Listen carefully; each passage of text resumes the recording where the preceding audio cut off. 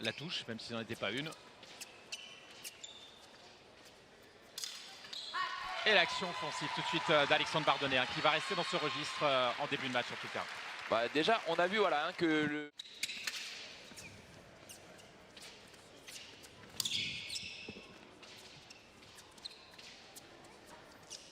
Alexandre, toujours aussi mobile sur ses appuis.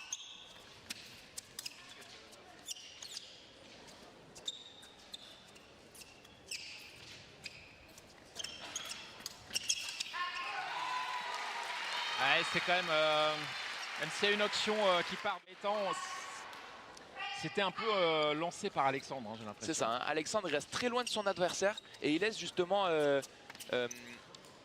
l'initiative à Gaëtan de rentrer dans la distance. Et vu que Alexandre est bien campé sur ses appuis, ça lui permet... Allez, 3-2 de toute d'avance en faveur du licencié de Levallois, qui va conserver cette avance puisqu'il mène dorénavant 4. Lui qui va aller vers Gaëtan. On sent Gaëtan un peu moins agressif, hein, que contre Giveroli. Et voilà, et pour l'instant, bah, il subit un peu le match contre Bardonnay. Ouais. Et c'est vrai, hein, j'imagine, Baptiste, qu'il faudrait peut-être, c'est facile à dire, mais que Gaëtan se remette un petit peu en mode combat comme tout à l'heure face à l'Italien, même si le style est différent, hein, d'Alexandre Bardonnay, mais là il subit. Hein. C'est ça, hein, voilà. Gaëtan, il doit reprendre un peu voilà, ce travail, faire un petit travail pour un peu exciter la main d'Alexandre pour qu'il la bouge un peu plus. Là, on sent que voilà, c'est Alexandre qui décide. Et encore une fois, la distance se raccourcit et c'est Alexandre qui peut enchaîner pour toucher son adversaire. Allez, l'avance devient confortable. Hein. 6-2. Il reste moins de 2 minutes à disputer dans ce premier tiers-temps. Et tout de suite, très offensif, Alexandre Bardonnay. Extrêmement rentré dans le match, il va appuyer un maximum dessus pour obtenir le maximum de touches avant qu'il y ait un changement. Et ça peut aller très vite. Hein. Ah, ça va vite. Hein. À l'instar des demi-finales, là, on est sur un match qui part très vite encore une fois. Est-ce qu'on va aller vers un deuxième tiers-temps? Difficile de le dire. C'est vraiment pas sûr. Hein, mais parce pour que l'instant, on n'est pas parti pour 9-5. La seule Alexandre Bardonnay, mais pour l'instant, il est intraitable et il n'arrive pas justement à trouver cette distance pour arriver à toucher seul. Et en plus, il touche seul Alexandre Bardonnay. Et il mène 10-5. Pour l'instant, aucune solution hein, pour Gaëtan Bila. Ah, je crois qu'il faut qu'il prenne des risques, hein, là, Gaëtan, parce que sinon, il va se laisser manger. Allez, Gaëtan. On sent qu'il voilà, il recherche sa distance pour pouvoir placer sa contre-attaque. Ouais, voilà. Ah, ça, c'est bien fait.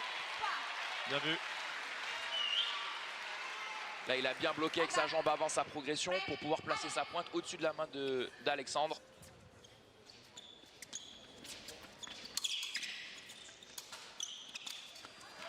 Et le double qui fait bien les affaires d'Alexandre Bardonnay. Allez, Gaëtan, en partie. On a envie de voir la balle escrime. C'est le cas pour l'instant. Mais on aimerait que ce soit... Allez, qu'on aille vers un deuxième tiers-temps, ce serait bien. Voilà, ça c'est peut-être le genre de touche qui peut faire peut-être ralentir un peu Alexandre Bardonnay.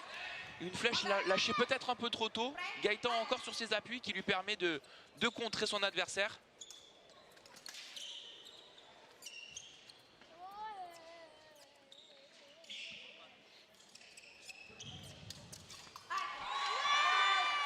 Il s'allume seul à nouveau. Il construit bien son jeu, Alexandre Bardonnay.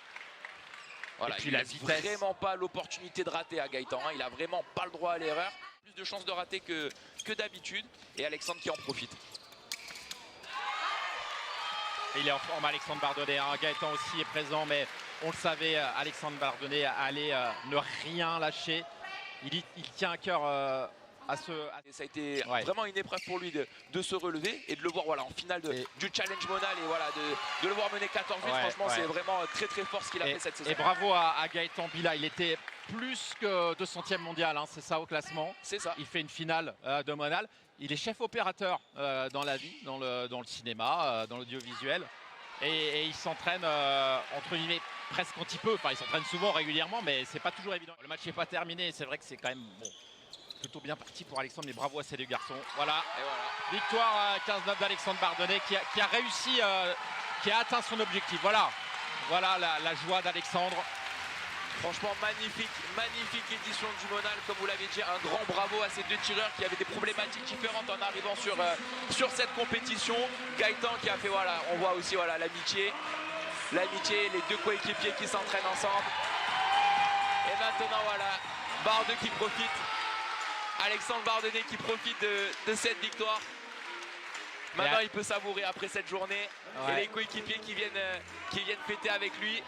Je pense que les deux garçons vont apprécier quand même cette belle performance, même si forcément il y en a un qui est plus heureux que l'autre puisqu'il vient de remporter le Monal.